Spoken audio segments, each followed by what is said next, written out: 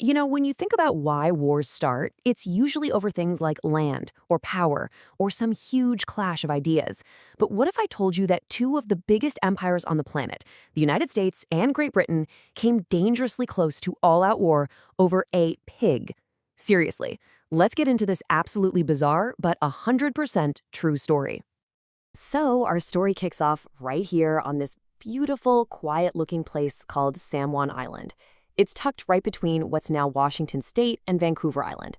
But back in 1859, this peaceful spot was anything but.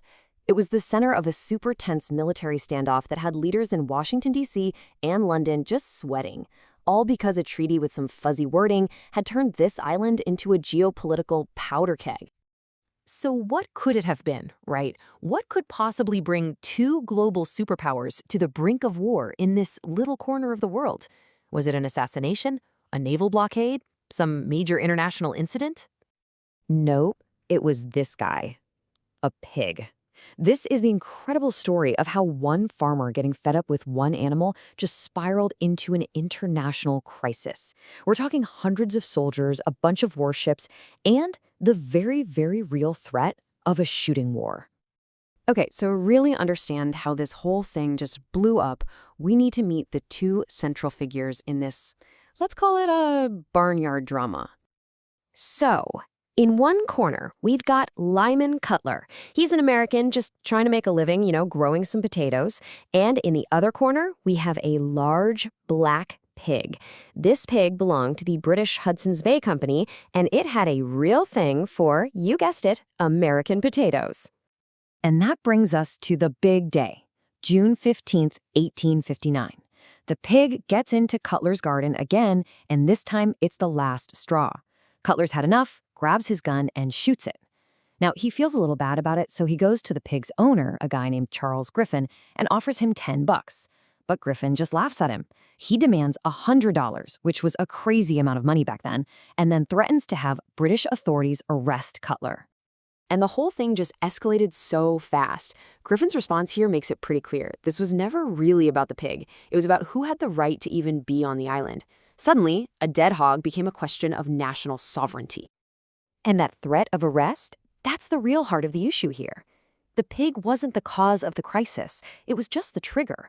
The real problem, the thing that had been simmering for years, was a badly drawn line on a map. To get it, we have to go back to the Oregon Treaty of 1846. It was supposed to settle the border dispute for good, but the language they used was, well, dangerously sloppy. It said the line ran through the middle of the channel. Sounds simple, right? Except there were two channels. A massive oversight. And this map shows you the problem perfectly. The Americans said the border went through the Haro Strait on the west, which would make the San Juan Islands theirs. The British said no, it's the Rosario Strait on the east, which would make the islands theirs. So for 13 years, both countries claimed this really valuable piece of land, and both had their own people living on it. It was a problem just waiting to happen. And now we get to see how this little farmyard spat absolutely exploded into a military showdown, thanks mostly to a handful of guys whose egos and ambitions just poured gasoline on the fire. So when Cutler and the other Americans on the island asked for military protection, they got the attention of this guy, General William Harney, a hot-headed commander who really did not like the British. Without even checking with his bosses, he sends in Captain George Pickett. Yep, that Pickett from the Civil War, to occupy the island. Well, that totally infuriated the British governor, James Douglas, who immediately sent warships. And just like that, the fate of two nations was in the hands of these men on the ground. I mean, just look at how fast things spiraled. In a little over a month, we go from a dead pig to a full-on international military crisis. By the end of August, things were at a breaking point, with both sides just pouring in more troops and more guns every day. And what a standoff it was. Check out these numbers. The U.S. had managed to get about 460 soldiers and 14 cannons on the island. But the British, they brought the Royal Navy. They had over 2,000 sailors and Marines, 5 massive warships, and a whopping 167 naval guns. The Americans were outgunned, outmanned. It was a disaster waiting to happen. One itchy trigger finger, and this could have been a massacre. But then, right at the edge of the cliff, comes this incredible moment of sanity. The British governor, Douglas, actually ordered Rear Admiral Baines to land his Marines and start a fight. But Baines, looking at the situation, was appalled.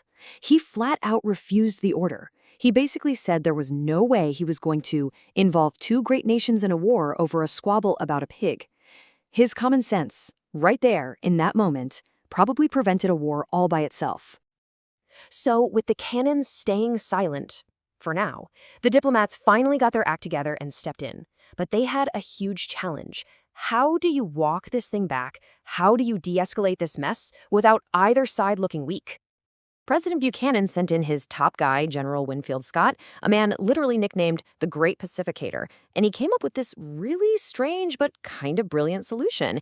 He got both sides to agree to pull most of their troops out, leaving no more than 100 men each. This started a peaceful, if a little weird, 12-year joint military occupation of the island. And finally, they agreed to let a neutral third party, Kaiser Wilhelm I of Germany, make the final decision. And it took a long time. It wasn't until 1872, after more than a decade of this strange, peaceful joint custody, that the Kaiser's Commission finally made its ruling.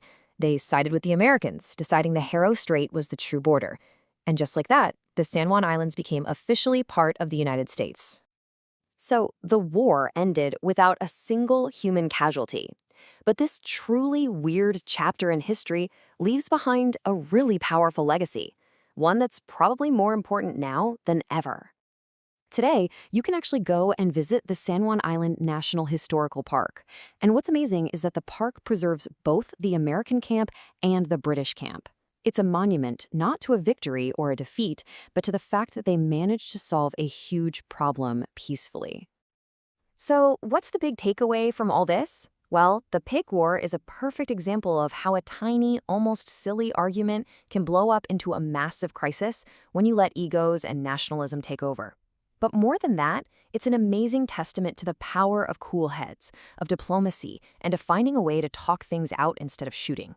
After a 12-year standoff with thousands of troops and enough firepower to start a major war, the only casualty was, and remained, a single pig. And that really leaves you with a final thought, doesn't it? In a world that's still packed with tense, complicated disagreements, what lessons can we pull from the time two superpowers almost went to war over dinner but chose to talk it out instead? It really makes you wonder what other conflicts today could use a little bit of that pig war perspective.